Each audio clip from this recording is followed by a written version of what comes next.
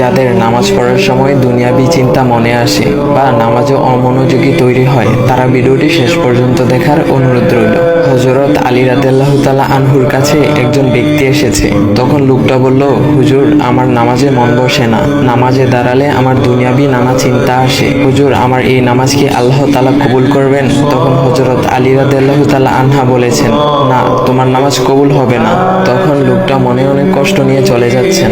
এমন সময় রাসূল সাল্লাল্লাহু আলাইহি সাল্লাম এসে হযরত আলী রাদিয়াল্লাহু তাআলা আনহুকে জিজ্ঞাসা করলেন, ইয়া আলী, আপনার কাছে লোকটা কেন এসেছিল?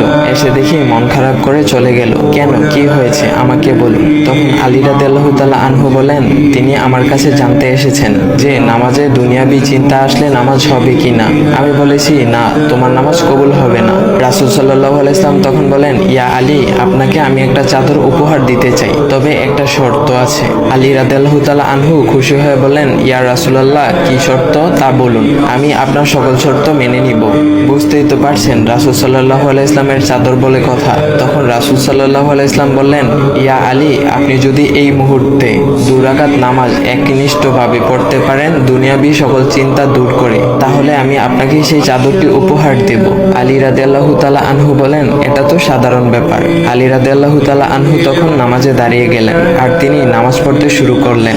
এমন সময় তার মনের মধ্যে শুধু ভাবনা চিন্তা আসতে শুরু করলো, আচ্ছা, আমাকে যে রাসূল সাল্লাল্লাহু আলাইহি সাল্লাম যে চাদরটা দিবেন সেটা কি ফাতিমার চাদর নাকি রাসূল সাল্লাল্লাহু আলাইহি সাল্লামের? আচ্ছা, চাদরখানা দেখতে কেমন হবে?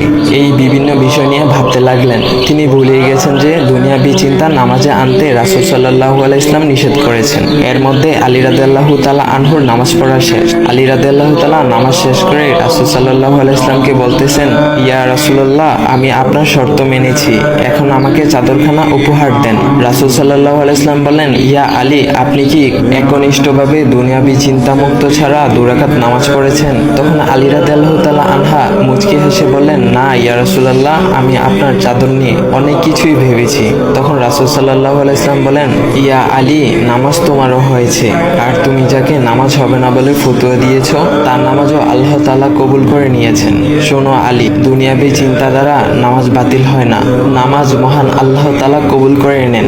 সকল ফরজ নিয়ম কানুন মেনে নামাজ পড়লে নামাজ হবে ইনশাআল্লাহ। তবে আমাদের সকলের উচিত নামাজ আদায় করার সময় একমাত্র আল্লাহকে স্মরণ করে নামাজ আদায় করা। নামাজে দাঁড়ালে দুনিয়াবি চিন্তা মাথায় আসে, এটা শয়তানের একটা ফাঁদ।